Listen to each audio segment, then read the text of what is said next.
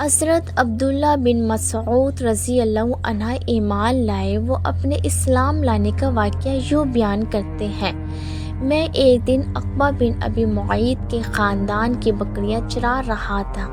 اسی وقت رسول صلی اللہ علیہ وسلم وہاں آ گئے۔ حضرت ابوبکر صدیق رضی اللہ عنہ بھی آپ کے ساتھ تھے۔ آپ نے پوچھا، کیا تمہارے پاس دودھ ہے؟ میں نے کہا، جی ہاں، لیکن میں تو آمین ہوں، یعنی یہ دودھ تو امانت ہے۔ آپ نے فرمایا، کیا تمہارے پاس کوئی ایسی بکری ہے جس نے ابھی کوئی بچہ نہ دیا ہو؟ میں نے کہا، جی ہاں، ایک ایسی بکری ہے۔ میں اس بکری کو آپ کے پاس لے آیا۔ اس کے ابھی تھن پوری طرح نہیں نکلے تھے۔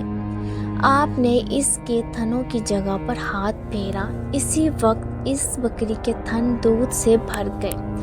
یہ واقعہ دوسری روایت میں یوں بیان ہوا ہے کہ اس بکری کے تھن سوکھ چکے تھے۔ آپ نے ان پر ہاتھ پھیرا تو وہ دودھ سے بھر گئے۔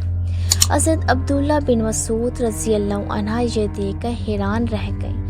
وہ آپ کو ایک صاف پتھر تک لے آئے۔ وہاں بیٹھ کر آپ صلی اللہ علیہ وسلم نے بکری کا دودھ دوا۔ آپ نے وہ دودھ حضرت ابوبکر صدیق کو پلایا، پھر مجھے پلایا، اور آخر میں آپ نے خود پیا۔ پھر آپ نے بکری کے تھن سے فرمایا، سمٹ جا، چنانچہ تھن فوراً ہی پھر ویسے ہو گئے جیسے پہلے تھے۔ حضرت عبداللہ بن مسعود رضی اللہ عنہ فرماتے ہیں، جب میں نے رسول صلی اللہ علیہ وسلم کا یہ معجزہ دیکھا تو آپ سے عرض کیا، اے اللہ کے رسول، مجھے اس کی حقیقت بتائے۔ آپ نے یہ سن کے میرے سر پر ہاتھ پھیرا اور فرمایا، اللہ تم پر رحم فرمائے، تم تو جانکار ہو۔ یہ حضرت عبداللہ بن مسعود رضی اللہ عنہ باپ کے بجائے ماں کی طرف سے زیادہ مشہور تھے۔ ان کی ماں کا نام عبد تھا۔ ان کا قد بہت چھوٹا تھا، نہایت دبلے پتلے تھے۔ ایک مرتبہ صحابہ ان پر ہنسنے لگے تو آپ صلی اللہ علیہ وسلم نے ارشاد فرمایا، عبداللہ اپنے مرتبے کے لحاظ سے ترازو میں سب سے بھاری ہے۔ انہی کے بارے میں نبی کریم نے ارشاد فرمایا تھا، اپنی امت کے لیے میں بھی اسی چیز پر راضی ہو گیا جس پر ابن عبد یعنی عبداللہ بن مسعود ہو گئے۔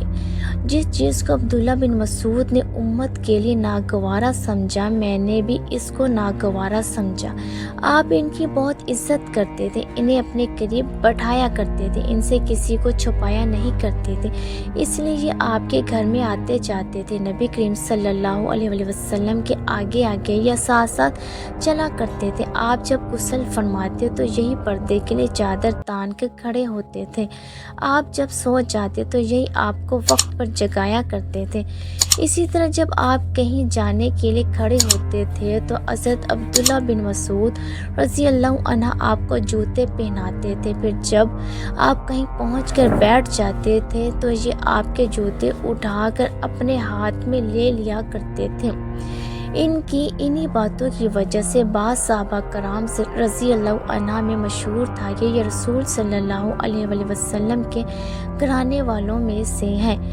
انہیں آپ صلی اللہ علیہ وسلم نے جنت کی بشارت دی تھی۔ حضرت عبداللہ بن مسعود فرمایا کرتے تھے، دنیا تمام کی تمام غموں کی کنجی ہے، اس میں اگر کوئی خوشی ہے تو وہ صرف وقتی فائدے کے طور پر ہے۔